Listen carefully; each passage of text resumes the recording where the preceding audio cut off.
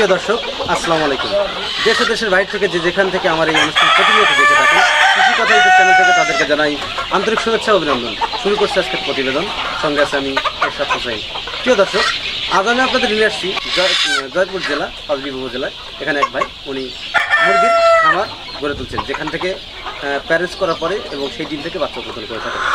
আমি তার এখানে ফার্মি মুরগি আছে, সেই মুরগি সম্পর্কে বিস্তারিত আলোচনা করবো এবং আপনাদের মাঝে উপস্থাপনের চেষ্টা করব। তো প্রিয় দর্শক, চলুন আর কথা না বলি, ভাই আমি আসছি পাবনা জেলা থেকে, কৃষি কথা ইউটিউব চ্যানেল থেকে মুরগির বাচ্চা থেকে মুরগি বড় মুরগি পালন এবং সেখান থেকে বাচ্চা উৎপাদন করে থাকেন। আপনার খামারটা পরিদর্শন করতে আসছি। তো আপনার এখানে কী জাতের মুরগি আছে? আমার এই সেটে আছে যেটা উৎপত্তি হলো মিশর। এই যে মুরগিগুলো দেখছি এখানে, এই মুরগিগুলোর এখন বয়স কত? এগুলো আমাদের রানিং ডিম দিতেছে। আমার এই মুরগি এরকম আমার মুরগি আছে বর্তমানে হচ্ছে ডিম দেওয়ার বয়স হলো মোটামুটি 1 মাস থেকে হচ্ছে 1 মাস 4 মাস হচ্ছে। এখন এই মুরগির বয়স কত? এই মুরগির বয়স 7 মাস 10-12 দিন। আচ্ছা, একদিন থেকে যখন বাচ্চাগুলো আনার পরে কী খাবার দিয়ে থাকেন? আসলে আমি আপনাকে যেটা বলি, এর আগেও আপনাকে বলছি, আমি প্রথমে বাচ্চাগুলোকে আমরা নিয়ে আসার পরে শুরুতে আমরা যে বোর্ডিংয়ে আসার আগে যে পরিস্থিতিগুলো খাবারটা আমরা লেয়ার স্টার্টার দিই। লেয়ার মুরগি ডিমের জন্য যে লেয়ার স্টার্টারটা ইউজ করতে হবে, মানে একদম জিরো সাইজ। আচ্ছা, এটা এই জিরো সাইজটা কয়দিন চলে? এই জিরো সাইজ মোটামুটি আপনার 1 মাস পর্যন্ত চলে। 1 মাস পর্যন্ত। তারপরে কোন সাইজে শিক্ষা দিই? তারপরে আমরা লেয়ার গ্রোয়ারটা দিই। ওইটা আপনার ওইটা আবার মোটামুটি 75 দিন পর্যন্ত চলে। তারপরে আমাদের যখন দেখা গেল যে 75 দিন বা 80 দিন থেকে আমরা লেয়ার 1টা চালু করি। ডিমের একটা আবির্ভাব আসতেছে। জি, লেয়ার 1টা কি লেয়ার 1টা কি জন্য গুরুত্বপূর্ণ? যখন মুরগিটা আমরা লেয়ার 1 দিব, তখন যদি আমরা খাওয়াচ্ছি তাহলে ওটার সাথে ম্যাচিং হবে। না হলে আমরা যদি গ্রোয়ারটা দিই, মুরগিটার ওজনটা বেশি হয়ে যাবে, চর্বি হয়ে যাবে, তখন মুরগিটা কাঙ্ক্ষিত রেজাল্ট আসবে না এবং ডিমটা পাওয়া যাবে না। জি, বা হ্যাচারি করার অভিজ্ঞতা কতদিন? আজকে 2009 সাল থেকে। জি, আপনি কিন্তু তারও বিভিন্ন খামার বা অন্যান্য হাঁসের খামার ছিল বা গরুর খামার ছিল, ছাগলের খামার ছিল, আপনি সেগুলো বাদ দিয়ে কেন এটাতে আসছেন? একটা প্রশ্ন করছেন, যে প্রশ্নটা আমি বলতে চাই, আমি মূলত লেখাপড়া করছি। 2001 সালে আমি দাওরা ফারেক করছি। করার পরে আমি ঢাকা থেকে আমি আরাবিয়ায় লেখাপড়া করছি এবং রাহমানিয়া করছি। তো আপনার হচ্ছে লেখাপড়া করার পরে আমি দেশের বাইরে যাই রুজির তালাশে আর কি, আবুধাবিতে কিছুদিন কাটাই, বলতে মোটামুটি 6-7 বছর ছিলাম। তখন শায়েখ সিরাজ স্যারের একটা প্রতিবেদন আমি দেখি, রাবে আপা, যার বাড়ি হলো নরসিংদীতে, ঠিক আছে, যে ফার্মি মুরগি লালন পালন করে উনি ব্যাপক সফলতা অর্জন করছেন। তারপরে আমি দেশের ছুটিতে চলে আসি। চলে আসার পর থেকেই আমার মনে করেন যে এই মুরগির ডিম সংগ্রহ করে, এবং এরপরে আমি ঢাকা মিরপুর যে আছে ওখান থেকেও বাচ্চা আনছি। আনার পর থেকে আমি শুরু করি। কতদিন শুরু করছি? আমি প্রথমে শুরু করছিলাম মোটামুটি 20টা ডিম দিয়ে। যাওয়ার পরে দেখলাম যে ওখানে বাচ্চা আসছিল। আসার পরে আবার পরে আমি মিরপুর সরকারি হাতারি থেকে আমরা বাচ্চা সংগ্রহ করি। ওখান থেকে মোটামুটি বাচ্চা নেওয়ার পরে প্যারেন্টস করি 200। দেখলাম যে ডিম ব্যাপকভাবে দিচ্ছি। তারপরে এই বাচ্চাটাকে আমরা ঘরোয়া পদ্ধতিতে হ্যাচিং করা শুরু করলাম। আচ্ছা, এই মুরগিগুলো কতদিন বয়সে? এটা আপনার হলো যে মোটামুটি 132 দিন থেকে এরা ডিমে আসে। 120 দিন থেকে দেখা যায় 132 দিন থেকে সম্পূর্ণ ডিম আসে ফুল টিকা হয়। আচ্ছা, কত মাস পর্যন্ত? ইয়ারলি 11 মান্থ, যাকে 11 মাস কন্টিনিউ ডিম পাবেন। তারপরে আবার মনে করেন যে একটু গ্যাবিংয়ে যাবে। গ্যাবিং যাইতে বলতে কি সবগুলাই যাবে, 500 আপনি 350 বা 300 বা 250 ডিম পাবেন। আর 15 দিন, 15 দিন 20 দিন 1 মাস থাকার পর আবার রানিং হবে, আপনি আবার 1 বছর ডিম নিতে পারবেন। এবং এই মুরগি বন্ধ হবে না, বন্ধ হবে না। এই হাঁসের এই মুরগিগুলো কি পরিমাণ? এই মুরগিটার আপনার বাচ্চার দাম এক এক সময় এক একটা রেট থাকে। যেমন মনে করেন যে হাঁসারি থেকে বাচ্চাগুলো সংগ্রহ করে যদি গুণগত মান সম্পন্ন বাচ্চা হয় এবং তারা যদি মারেক্স ভ্যাকসিন করে দেয়, তাহলে বাচ্চার রেটটা একটু বেশি পড়ে। মোটামুটি আপনার এই মুরগিটা ডিমে আসা পর্যন্ত 8 কেজি খাবার খাবে। ভ্যাকসিনেশন খরচ এবং লেবার খরচ, কারেন্ট বিল সহকারে মোটামুটি দেখা গেল যে আপনার 8 কেজি আপনি ফিটের দাম ধরেন তো 35 টাকা কেজি হিসেবে কত আসতেছে, ভ্যাকসিনেশন খরচ ধরেন 50 টাকার মতো, কারেন্ট বিল গেলে মোটামুটি আপনার 300 টাকা 350 টাকার ভিতরে একটা মুরগি রেডি হয়ে যাবে। রেডি হয়। জি জি। আপনার না, আমার এটা ডিমের জন্যই করি। ডিমের জন্য জি। জি। আসলে আমাদের এখানে এবং আমি যেটা আপনার বলছি এই ডিমটা আমরা করি মানে হ্যাসিং করি, বাচ্চা উৎপাদন করি। আপনাদের যারা যারা মূলত করতেছে ওরা করতেছে কি এই মুরগির ডিমটা হলো দেশি মুরগির মতো সেম আকার আকৃতি এবং টেস্টটাও দেশি মুরগির মতো। অতএব বাংলাদেশে যেহেতু দেশি মুরগির ডিম অ্যাভেলেবেল পাওয়া যায় না, সেই ক্ষেত্রে এই ফার্মি মুরগির ডিমটা দেশি মুরগির টাকাটাকে দখল করতে এবং বাজারে সর্বনিম্ন 8 টাকা রেট এবং 9 টাকা 10 টাকা 12 টাকা হিসাবে বিভিন্ন জায়গায় বিভিন্ন বিক্রি হয়। 800 থেকে 1000 টাকা দরে বিক্রি হয়। জি জি। আপনি কি মনে করেন যারা মুরগি খামার করবে, দেশের বাইরে থেকে যারা খামার করার ইচ্ছা করছে, তারা যদি মুরগি খামার করে বা এই জাত হাবি মুরগি খামার শুরু করে, তারা কি লাভবান হতে পারে? অবশ্যই আমি মনে করি যে আল্লাহ তাআলার রহমতে আমি এক সময় বিদেশে ছিলাম, বিদেশ থেকে দেশে আসছি। দীর্ঘ 10 বছর ধরে আমি মুরগি নিয়ে কাজ করছি, 11 বছর টাকা জমা দিচ্ছি এবং এই ফার্মি মুরগি দিয়ে আমি যতটুকু সফলতা অর্জন করেছি, আমি একজন খামারি হিসাবে যদি তারা সব দিক নির্দেশনা মানিয়ে চলে এবং সুন্দর করে মন দিয়ে কাজ করে, আমি মুরগি দিয়ে অনেক কিছু করা সম্ভব। এই মুরগি পালন করতে গেলে কতটুকু রিস্কের সম্মুখীন? এই মুরগি আমাদের দেশি মুরগির চেয়ে রোগ প্রতিরোধ ক্ষমতা বেশি। বেশি। জি, দেশি মুরগির চেয়ে এই মুরগির ভ্যাকসিন করতে হয় কয়টা? এই মুরগির মোটামুটি ভ্যাকসিন আপনাকে 13টার মতো ভ্যাকসিন দেওয়া হবে। জি। কোন কোন জায়গায় ভ্যাকসিনগুলো করতে হয়? এই ভ্যাকসিনগুলো কোন কোন জায়গায় দেওয়া, যেমন আমরা বাচ্চা এটা প্রথম ভ্যাকসিন আপনার 1 দিন বয়সে করতে হবে, তারপরে 5 দিন বয়সে, তারপরে 8 দিন বয়সে, তারপরে আপনার 10 দিন, আবার 15 দিনে, আবার মনে করেন যে আপনার 18 দিনে, আবার 21 দিনে আছে, আবার 28 দিনে, আবার 35 দিনে, আবার 42 দিনে, 30 দিনে, 48 দিনে, আবার আপনার আমাদের লাসোটা। এভাবে আপনার 58 দিনে একটা আছে, আবার আছে 90 দিনে একটা, 120 দিনে। তারপরে তার দিতে হয় না, না। আর দিতে হবে না। আর কোনো সময় দিতে হয় না। আবার মনে করেন যে যখন প্যারাস্টোকটা বয়স একটু বেশি হয়ে যায়, ওরা আমি তাদের ভ্যাকসিনটা একটু খাওয়াই দিতে পারে, সমস্যা নেই। Live vaccine. জি, এইটাই আর এই আপনি মুরগির ভিটামিন যে খাওয়ান, কী কী ভিটামিন দিয়ে দিয়ে থাকেন? আসলে কি আপনাকে যদি ভিটামিনগুলোর বেশি আমি বলি, মুখস্থ বললে বুঝবে না কেউ। লালন পালন করে তাদেরকে শিডিউল দেওয়া হয়, শিডিউল দেওয়া হয়, চাপ দেওয়া হয়। যে চাপ দেওয়া হয়।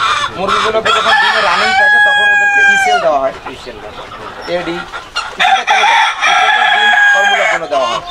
এই ইসেলটা খাওয়ালে মুরগিগুলো কন্টিনিউ ডিম থাকে, ডিমটা ক্লিয়ারলি থাকে। জি জি। মুরগির ভিতরে যে জরায়ুটা আছে সেই ডিমটা মোটামুটি আপনার ভালোভাবে জন্ম নেয়।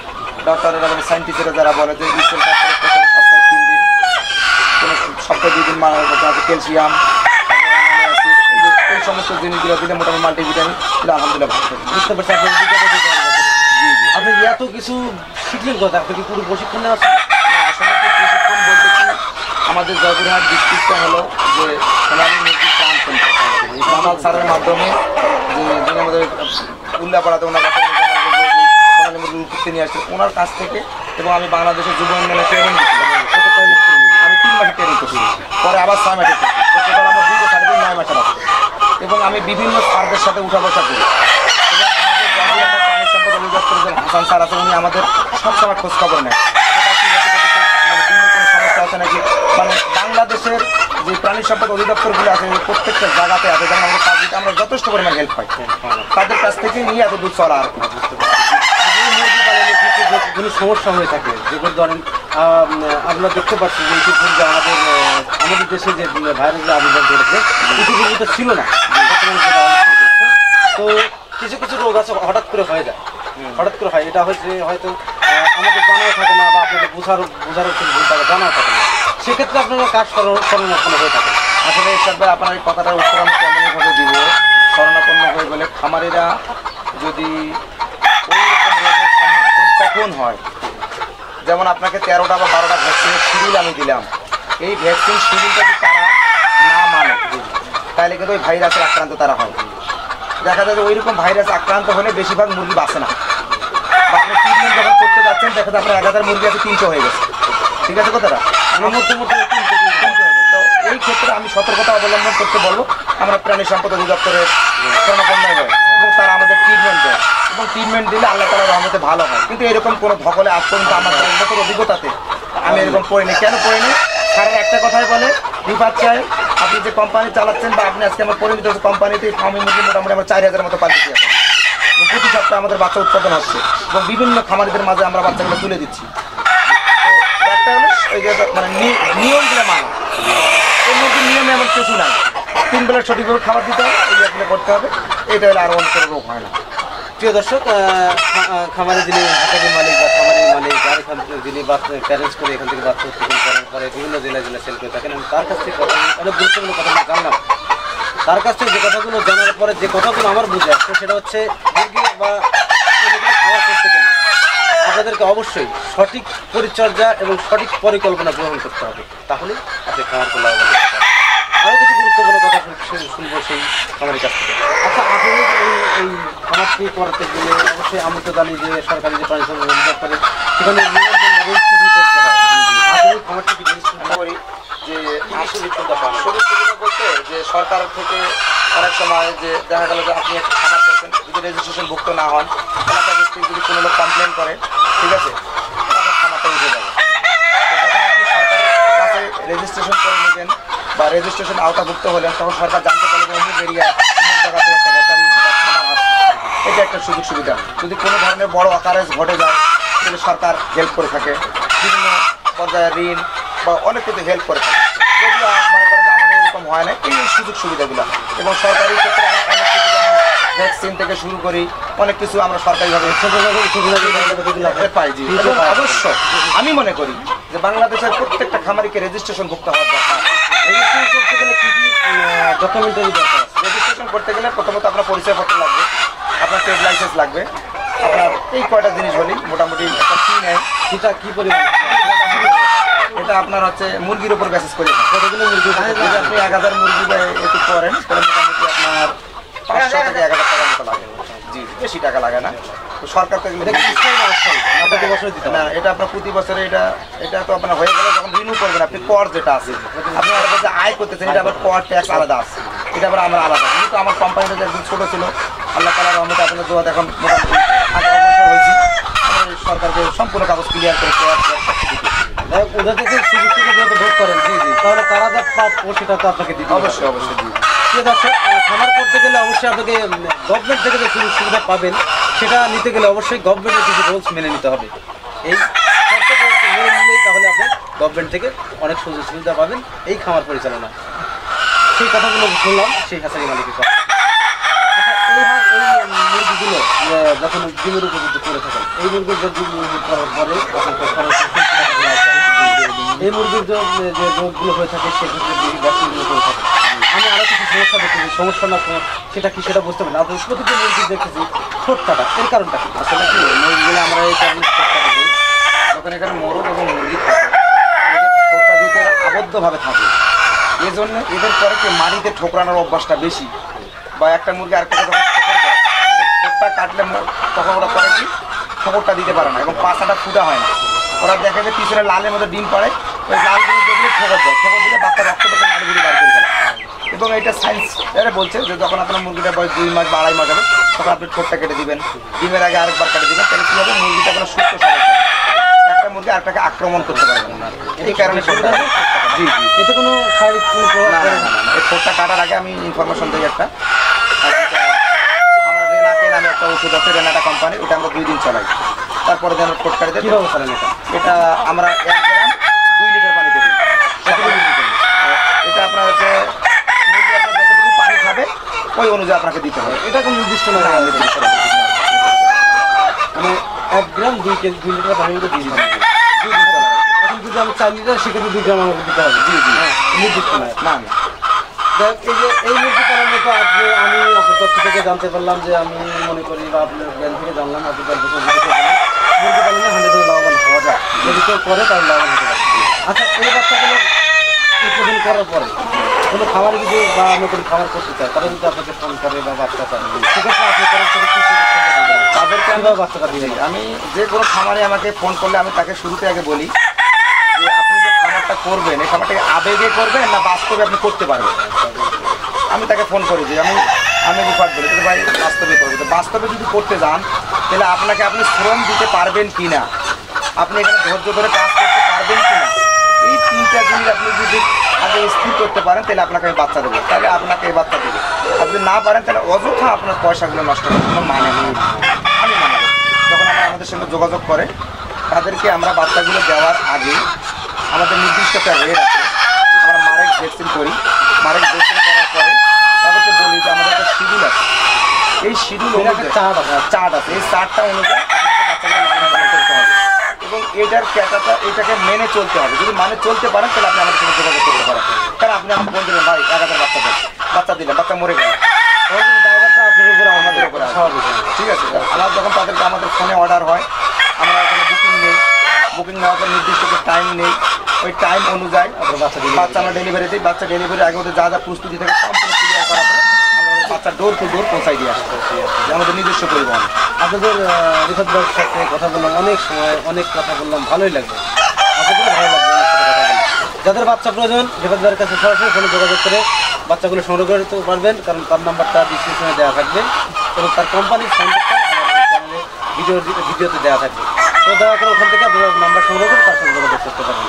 আচ্ছা, এই যে বাচ্চাগুলো আপনার রেট কীরকম বলা যায় বা আচ্ছা আমি বলি তার আগে আপনার বাচ্চা রেটের গাড়িতে কথা বলি কীভাবে করেন আপনি রেট?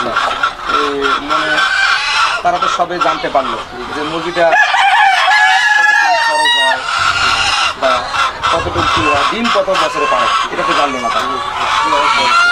আমরা আপনার এই প্রশ্নের মাধ্যমে আমি সমস্ত খামারদের একটা জিনিস বলতে চাই যে মুরগিটা আপনার 120 থেকে 132 দিনে ডিম দেখা যায়।